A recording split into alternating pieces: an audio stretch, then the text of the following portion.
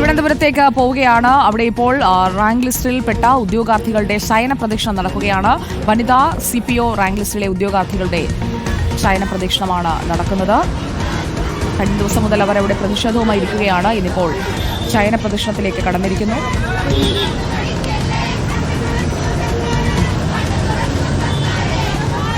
വനിതാ CPO rank ഹോൾഡേഴ്സിന്റെ പ്രതിഷേധം തിരുവനന്തപുരത്ത്.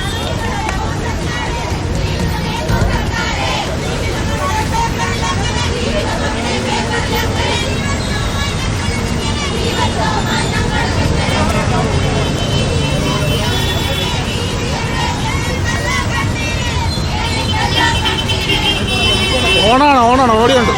വനിതാ CPO റാങ്ക് ഹോൾഡേഴ്സിന്റെ ശയന പ്രദക്ഷിണമാണ് നമ്മൾ കണ്ടുകൊണ്ടിരിക്കുന്നത്. അവരുടെ സമരം ഇപ്പോൾ ഈ മാസം ആദ്യം തുടങ്ങിയ സമരമാണ്. സെക്രട്ടേറിയറ്റിന് മുന്നിൽ മഴയിൽ നനയാതിരിക്കാൻ ടാർപോളിനുള്ളിലുമൊക്കെ അവർ കഷ്ടപ്പെട്ട് കയറിക്കൂടിയിരിക്കുന്നതൊക്കെ നമ്മൾ കണ്ടതാണ്. റാങ്ക് ലിസ്റ്റിൽ നിയമനം ആവശ്യപ്പെട്ടുകൊണ്ടാണ് പ്രതിഷേധം തുടരുന്നത്. 3 പേർ നിരാഹാരവും അനുഷ്ഠിച്ചിരുന്നു. അഷിൻഡിയാഗോ, ഈ മാസം 19-ന് ഇവരുടെ റാങ്ക് ലിസ്റ്റിന്റെ കാലാവധി അവസാനിക്കുകയാണ്. ഈ റാങ്ക് ലിസ്റ്റിൽ നിന്ന് 30% പോലും നിയമനം നടന്നിട്ടില്ല.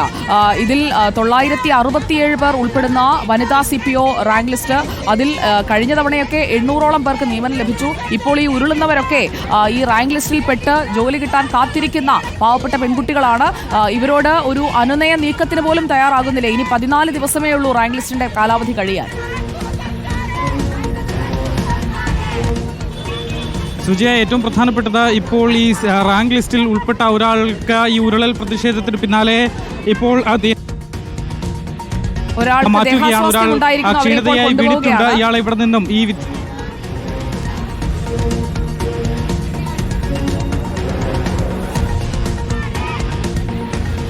സുജയ, പ്രതിഷേധത്തിൽ ഒരാൾ കുടഞ്ഞു വീണിരിക്കുന്നു. ഇപ്പോൾ അവിടെ നിന്നും ഈ മാറ്റി ഇങ്ങോട്ടേക്ക് സമരപ്പന്തലിനടുത്തേക്ക് മാറ്റി പോലീസുകാരടക്കം ഇവിടേക്ക് എത്തി പരിശോധന നടത്തുകയാണ്. ഇവർക്ക് വെള്ളം കൊടുക്കുകയാണ്. നമുക്കറിയാം, ഏപ്രിൽ 19-നാണ് ഇവരുടെ റാങ്ക് ലിസ്റ്റിന്റെ കാലാവധി അവസാനിക്കുക. അതിനു മുമ്പ് തന്നെ നിയമനം നൽകണം എന്നുള്ളതാണ് ഇവരുടെ ആവശ്യം. അതിന്റെ ഭാഗമായാണ് കഴിഞ്ഞ 4 ദിവസമായി ഈ സെക്രട്ടേറിയറ്റിന് മുന്നിൽ റാങ്ക് ലിസ്റ്റിൽ പെട്ടവർ ഇവിടെ നിരാഹാര സമരം നടത്തുന്നത്. 10 പേരാണ് ഇപ്പോൾ ഈ സെക്രട്ടേറിയറ്റിന് മുന്നിലെ നടപ്പാതയിൽ ശയന പ്രദക്ഷിണം ചെയ്തുകൊണ്ടുള്ള പ്രതിഷേധം നടത്തുന്നത്. അതിൽ ഒരാൾ ഇപ്പോൾ കുഴഞ്ഞു വീണിരിക്കുന്നു. അവരെ മാറ്റി അവരുടെ ആരോഗ്യസ്ഥിതി പരിശോധിക്കുകയാണ്. മറ്റുള്ളവർ പ്രതിഷേധം തുടരുക തന്നെയാണ് ചെയ്യുന്നത്. ഈ നടപ്പാതയിലൂടെയുള്ള അവരുടെ ശയന പ്രദക്ഷിണം തുടരുകയാണ്. ഇവർക്ക് ഉടനെ തന്നെ നിയമനം നൽകണം. കാരണം ഇനിയുള്ള ദിവസങ്ങൾ ഏതാണ്ട് 13-14 ദിവസങ്ങൾ, 2 ആഴ്ചയാണ് ബാക്കിയുള്ളത്.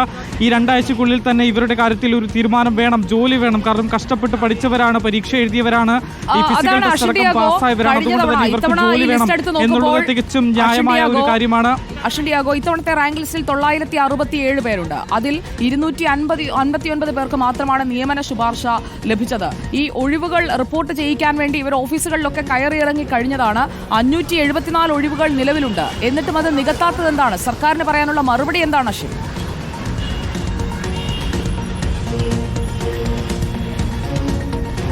സുജി, അത് തന്നെയാണ് ഇവരും ചോദിക്കുന്നത്. കാരണം ആകെ 267 പേർക്കാണ് ഇപ്പോൾ ഈ അഡ്വൈസ് മെമ്മോ നൽകിയിട്ടുള്ളത്. ബാക്കിയുള്ളവർക്ക് എന്തുകൊണ്ട് ഇത് നൽകുന്നില്ല, എന്താണ് ഇതിൻ്റെ കാരണം എന്നുള്ളത് കൃത്യമായി തന്നെ അറിയണം എന്നുള്ളതാണ്. കാരണം ഇവർ കഷ്ടപ്പെട്ട് പഠിച്ച് ജോലി നേടിയത് ഇതിനാണോ, റോഡിൽ ഉരുളുന്നതിനാണോ എന്നതടക്കമുള്ള ചോദ്യങ്ങളാണ് ഇപ്പോൾ ഇവിടെ ഇവരുടെ ഭാഗത്ത് നിന്ന് ഉണ്ടാകുന്നതും. ഇതിൽ ഒരു തീരുമാനം ഉണ്ടാകുന്നത് വരെ തുടരുക തന്നെ ചെയ്യും. നമുക്ക് ഇവരോട് തന്നെ ചോദിക്കാം.